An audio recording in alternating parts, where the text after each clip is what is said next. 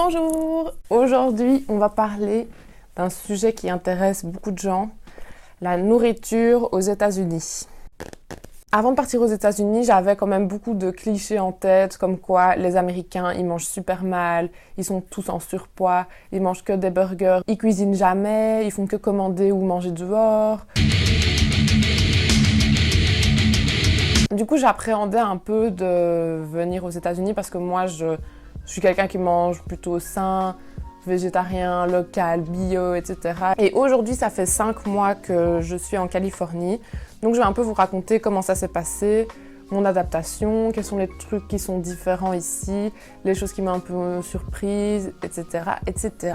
Alors finalement, ça a été globalement facile de m'adapter parce que on trouve tout ce qu'on veut ici. Il y a énormément de choix, donc tu peux vraiment cuisiner ce que tu veux. Il y a même plus de choix que chez nous pour certaines choses, dans le sens où il y a une diversité ethnique beaucoup plus grande ici. Il y a une très grosse communauté asiatique, il y a une grande communauté aussi mexicaine et latino. Et du coup, il y a des énormes rayons avec des produits asiatiques, des produits mexicains, etc. dans les supermarchés, beaucoup plus que chez nous. Vraiment beaucoup de nourriture asiatique parce qu'apparemment c'est populaire et puis il y a beaucoup de personnes d'origine asiatique. And also a lot of Mexican stuff. People love Mexican food here, so they have a lot of Mexican stuff. Like, look at all these sauces. It's just salsa. This is all like Mexican sauces, right? Yeah. Donc, on peut tout trouver. Il y a tout. Il y a énormément de choix. Par contre, il y a certains produits qui sont super chers, comme par exemple le fromage et le pain frais. Donc, parfois, il faut s'adapter. Par exemple, le fromage, il y a même des fromages français, il y a des marques françaises, il y a des fromages présidents, etc. Mais ça va coûter 10 € le fromage, quoi. Et le pain, on croit toujours qu'il y a que du super mauvais pain aux États-Unis, mais en fait, il y a du pain frais, il y a même des baguettes qui sont des vraies baguettes fraîches, elles sont bonnes et tout ça, mais elles vont coûter super cher, genre. Donc par exemple, moi, comme fromage, voilà, je mange plus trop de fromage, je mange que du cheddar, le seul fromage vraiment répandu ici. Il y a certains produits, c'est les produits qui ne sont pas du tout américains, c'est les produits qui sont plutôt français et tout ça, qui sont beaucoup plus chers ici, donc il faut un peu s'adapter. La seule chose où je trouve beaucoup moins de choix ici, c'est les produits végétariens et véganes.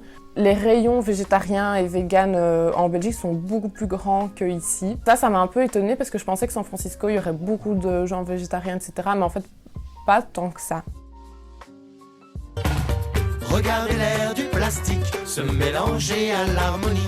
Elle est sublime cette musique, nos enfants la danseront aussi. S'envole l'air du plastique et s'oublie cette mélodie. Elle est superbe. Elle est cynique. Et tellement plus économique.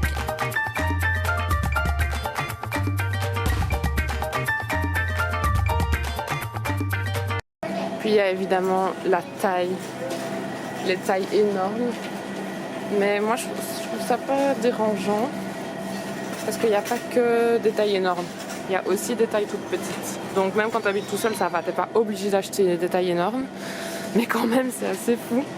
Genre, qui achète ça, genre? Énorme truc Starbucks, j'ai jamais vu un truc aussi grand. Alors par rapport au fait que les Américains mangent mal, mangent pas du tout sain, ils sont en mauvaise santé, tout ça, moi, de ce que j'ai vu, c'est pas du tout vrai. Après, je suis que restée dans la région de San Francisco et j'ai que côtoyé des personnes de certaines classes sociales. Mais dans toutes les personnes que j'ai rencontrées ici, la famille d'accueil chez qui j'étais et tous les amis que j'ai rencontrés ici, ils mangent super sain en fait. Ils vont pas forcément cuisiner des choses super raffinées et cuisiner pendant des heures tous les jours. Ici, ils vont plutôt faire des trucs simples, genre des nouilles avec quelques légumes. Ils vont cuire un morceau de viande, ils vont faire des légumes surgelés et voilà. Ils vont faire des trucs simples, mais ils cuisinent quand même. Ils vont pas manger des plats tout faits ou commander tous les jours, pas du tout. Et aussi, ils font beaucoup de sport et j'ai l'impression qu'ils font plus de sport que chez nous. Déjà, le sport dans la culture américaine, c'est un truc super important. Quand ils sont à l'école secondaire, au lycée, tout ça, ils ont sport tous les jours. Ils regardent beaucoup le sport à la télé, le basket, le baseball, le rugby, ils ont plein de sports différents. Et ils font tous du sport. Ils font beaucoup de la musculation et tout ça. Et en lien avec la musculation, ils sont obsédés avec les protéines. Je sais pas pourquoi, mais c'est le truc le plus important pour eux. Et j'ai vu ça chez plusieurs personnes, ma famille d'accueil et aussi plusieurs amis. Ils consomment beaucoup de protéines en poudre, ils consomment des protéines en poudre dans des shakers. Moi, ils me demandaient de mettre des protéines en poudre dans toutes les recettes où c'était possible. S'ils font des pancakes, si on fait un gâteau, si on fait un smoothie ou quoi. Ils faisaient pas du tout attention à manger bio ou à manger sans OGM. C'est des choses qui, moi, me paraissent pas très saines, mais eux, pour eux, c'est pas important. Genre, parfois, je devais cuisiner des pommes de terre et je devais les cuisiner au micro-ondes, donc je les laissais au micro-ondes pendant genre 20 minutes. Et moi, ça me viendrait jamais à l'esprit de cuisiner 20 minutes au micro-ondes, ça me paraîtrait pas très sain et j'aimerais pas faire ça. Ou bien, pour moi, c'est important de manger bio et tout ça. Donc, on n'avait pas les mêmes priorités.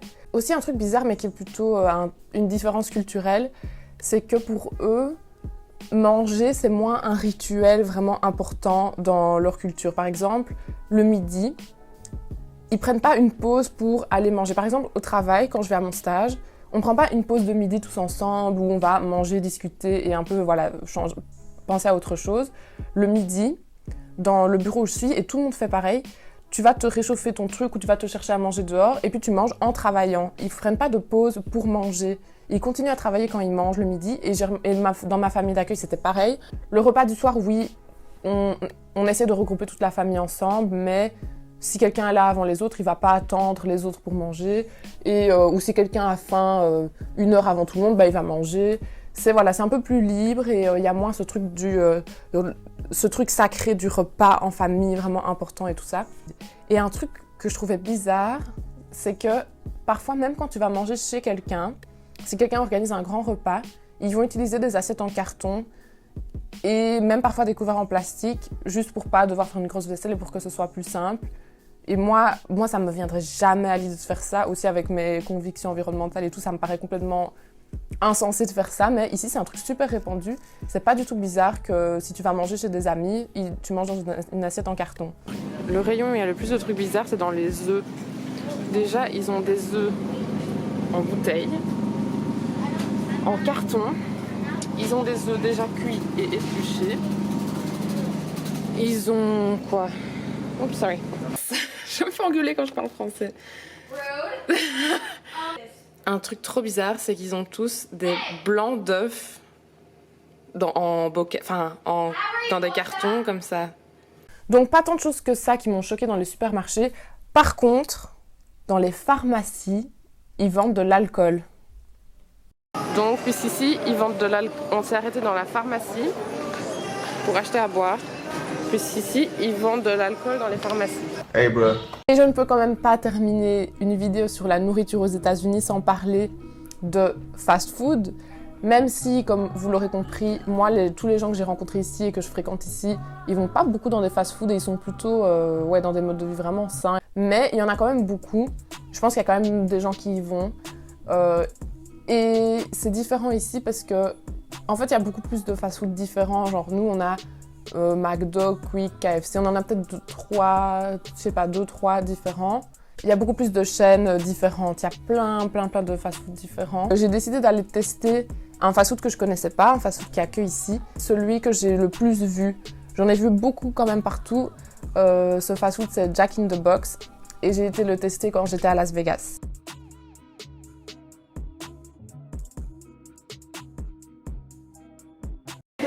Et voilà. J'ai pris un cheeseburger. Il n'y avait rien de végétarien malheureusement. Des petites frites et j'en ai eu pour $6.30. Donc c'est vraiment pas cher du tout. Ce qui est chiant, c'est qu'il n'y a rien de végétarien souvent dans les fast-food ici. Alors qu'en Belgique, oui.